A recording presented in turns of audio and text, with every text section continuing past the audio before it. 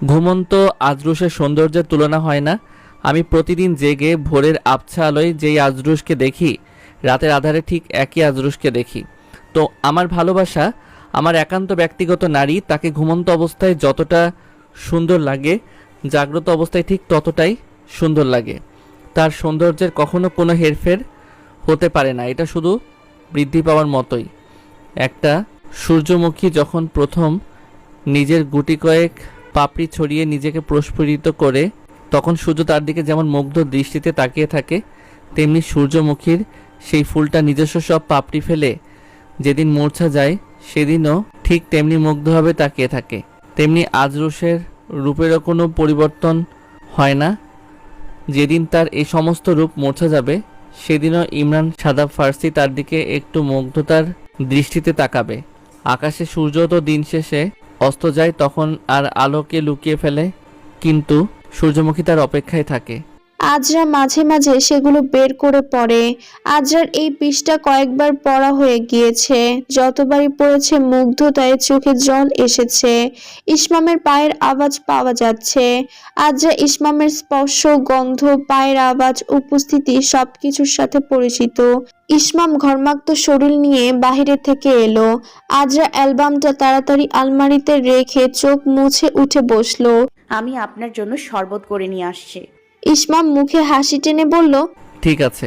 আজরা ইসমামের জন্য বেলের শরবত নিয়ে এলো। ইসমাম এক চুমুকে সম্পূর্ণ শেষ করলো। তারপর উঠে এসে আজরার ঠোঁটে ছোট্ট একটা চুমু দিয়ে বলল, শরবতে মিষ্টি কম হয়েছিল, এখন ঠিক আছে। আজরা মুচকি হাসলো। এটা ইসমামের প্রতিদিনকার অভ্যাস। ইসমাম ফ্রেশ হয়ে নিচে গেল। তার বাবা সালমান ফার্সি বসে বসে ম্যাগাজিন পড়ছিল।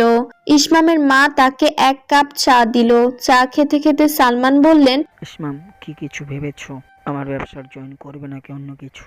না, আসলে ব্যবসা করার ইচ্ছে আমার কোনো কালে ছিল না, তবে আপাতত আমি চাইছি ভার্সিটির এডুকেটর হিসেবে জয়েন করব। তোমার ভার্সিটিতে? কিন্তু তোমার তো শিক্ষাগত বেশি পছন্দ না। আজরামা আছে বলে ওখানে থাকতে চাইছো? ইসমাম কিছুই বলল না। ইসমাম অত্যন্ত মেধাবী ছাত্র হওয়ায় ভার্সিটি ডিপার্টমেন্টের টপ স্কোরারদের মধ্যে একজন, যার জন্য প্রস্তাব এসেছে সেখানে টিচার হিসেবে জয়েন করার।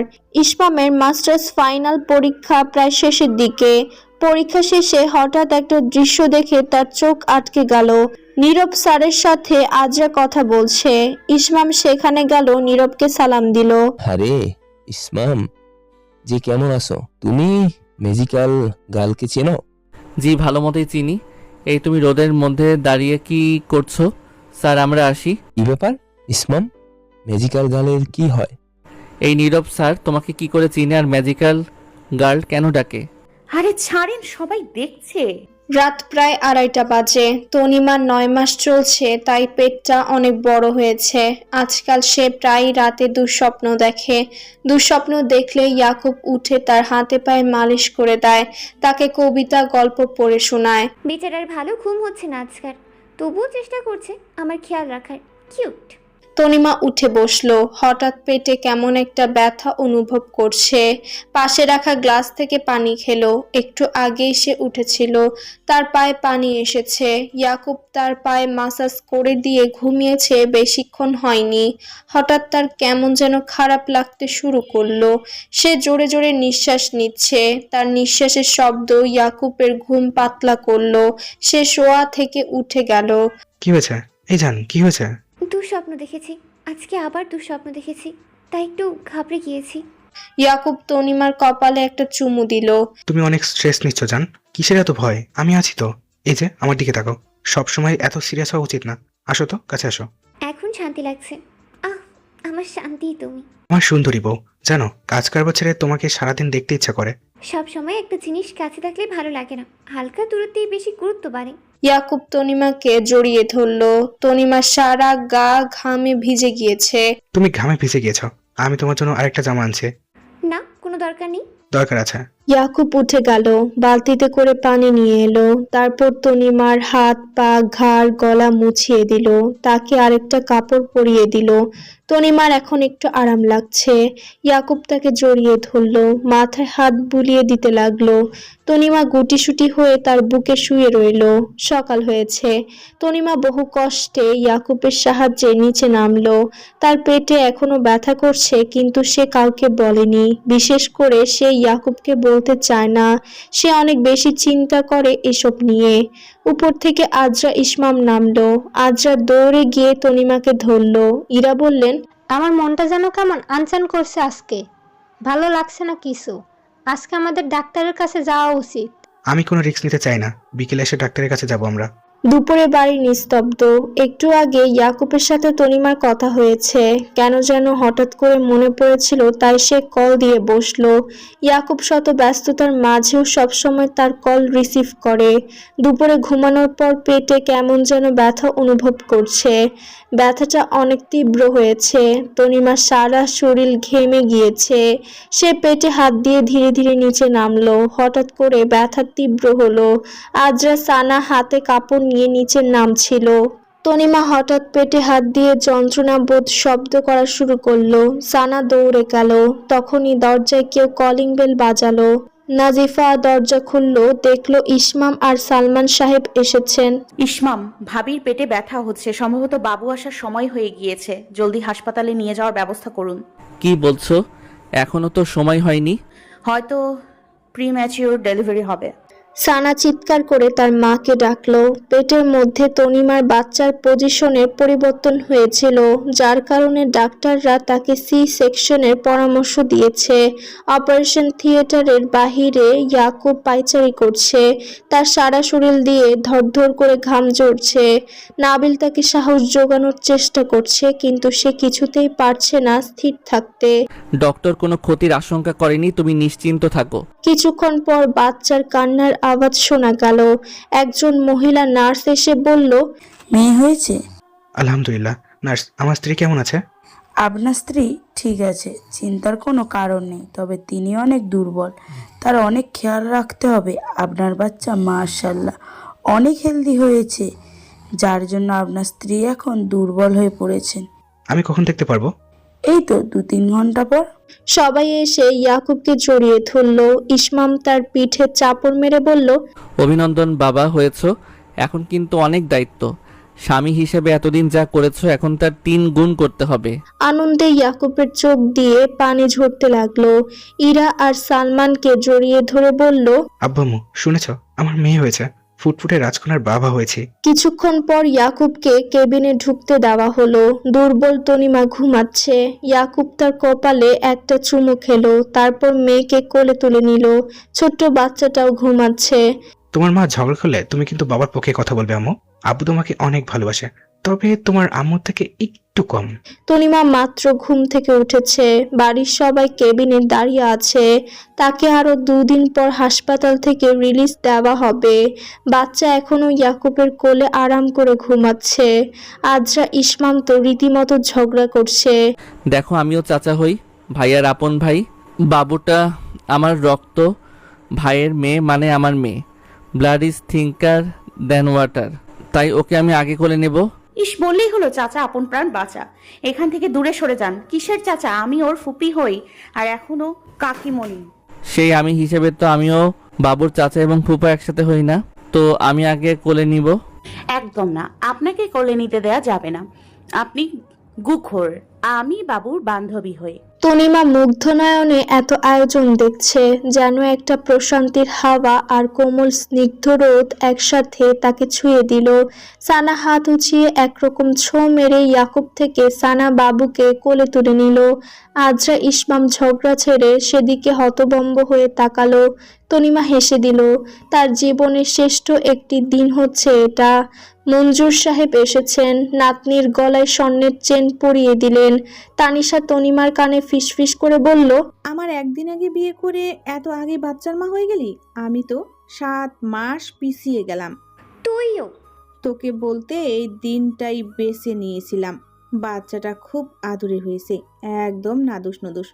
পুচকি পুরো দেখতে ইয়াকুব ভাইয়ের মতো হয়েছে। বিশেষ করে নাকটা দেখো না, নাকটা ইয়াকুব ভাইয়ের ডিট্টো। ইয়াকুব লজ্জায় লাল হয়ে গেল। রাতে আজরা ইসমাম বাসায় চলে এলো। আজরা ফ্রেশ হয়ে এসে চুল মুছতে ব্যস্ত। সারাদিন হাসপাতালে দৌড়াদৌড়ির কারণে গা থেকে কেমন একটা হাসপাতালের গন্ধ আসছে।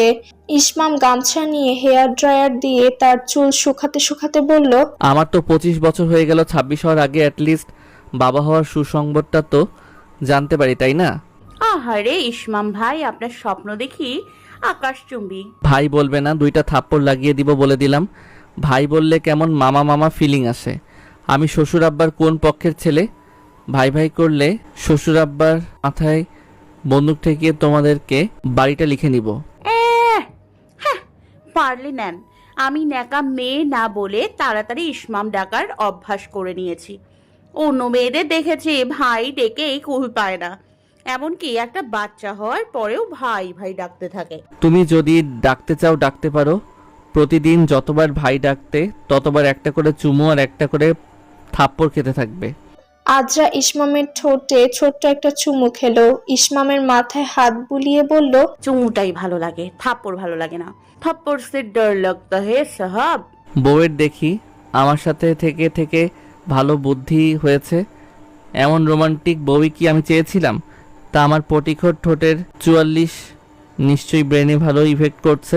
ইসমাম আজরাকে কোলে তুলে নিল, তারপর ওর ঠোঁটে ঠোঁট মিলিয়ে দিল। এই অবস্থায় তাকে বিছানায় নিয়ে শুয়ে দিল। আরে হাফ মেন্টাল কি করছেন কি? আপনি কি দরজা লাগিয়ে এসছেন? হ্যাঁ, দরজা লাগিয়ে এসেছি। আরে বেলজ্জা পুরুষ মানুষ, লাইট কেন বন্ধ করছেন না? লাইট বন্ধ করার সময় নেই। কথা বলে ইসমাম আজরার উপর নিজের ভর ছেড়ে দিল। একজন আরেকজনের ভালোবাসার পরশে কেটে গেল কিছু সুন্দর মুহূর্ত। তনিমাকে বাসায় আনা হয়েছে। সবাই বাচ্চাকে নিয়ে বিভিন্ন ধরনের কথা বলছে। বাচ্চার নাম নিয়ে ইয়াকুব মাথা চুলকে বলল, আমি একটা ঠিক করেছি, ইনাবা, ইয়াকুবের মেয়ে ইনাবা। তবে তনিমা মামনির সাথে মিলিয়ে একটা নাম রাখতে হয়তো। সবাই বেশ ভাবনায় পড়ে গেল। ইসমাম আর আজরা আবারও ঝগড়া করছে। এবার সানাও জুটেছে তাদের সাথে। নাবিল বলল, তোনা রাখলে কেমন হয়? নাবিলের দিকে সবাই তাকালো। ইসমাম বলল, ভীষণ সুন্দর একটা নাম হয়েছে।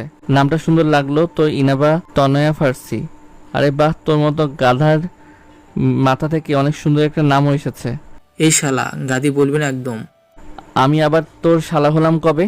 দুলাভাই ডাকবে আদব। ইস, এসেছে আমার ট্যাংরা মাছের মতো দুলাভাই। তুই কি ভটকা বিলাই? এই, আপনি আমার ভাইকে এগুলো কেন বলছেন? যাক, জলসিটা কোনো সময় তো কাজে এসেছে। তা তোমার ভ্রাতৃ স্নেহ হঠাৎ এত উথলে উঠলো কেন? দেখো, মেয়ে আমার তোমাদের ঝগড়া মনোযোগ দিয়ে দেখছে। ভাবছে পরবর্তীতে তোমাদের টিম জয়েন করলে খারাপ হবে না, একজন সক্রিয় সদস্য। ঘরভর্তি হাসির রোল পড়ে গেল। নতুন সদস্যের আগমনের খুশিতে কারো মুখের হাসি সরছে না। এ যেন এক স্নিগ্ধ অনাবিল আনন্দের জোয়ার। প্রিয়া টিউশন শেষে রাস্তা দিয়ে যাচ্ছিল। আজ তার কেমন মনমরা লাগছে। মাস্টার্স ফাইনাল ইয়ারের পরীক্ষা শেষ। এখন আর চাইলেও হোস্টেলে থাকতে পারবে না। নিজের জন্য বাড়ি খুঁজতে হবে। সেই চিন্তায় মাথা খারাপ হয়ে যাচ্ছে। আর 1 মাসের টাকা দেওয়া আছে। 1 মাসের ভেতরে ঘর খুঁজতে হবে, না হলে বড় বিপদ। কাকে বলবে কার জন্য সস্তা একটা বাড়ি খুঁজে দিতে? আমার জীবনটা কেন আরেকটু সহজ হলো না? তখনই হঠাৎ পেছন থেকে চেনা পুরুষের কণ্ঠ ভেসে এলো। এই প্রিয়া, প্রিয়া। প্রিয়া ঘুরে তাকালো। চোখের নিচের কালি তার বিষাক্ত জীবনকে প্রতিনিধিত্ব করে যেন। আরে কখন থেকে তোমাকে ডাকছি, প্রায় 5 মিনিট যাবত। নীরব হাঁটুতে হাত দিয়ে হাঁপাচ্ছে। চোখ মুখ ছোট হয়ে আসছে। আপনি দৌড়ে এসেছেন?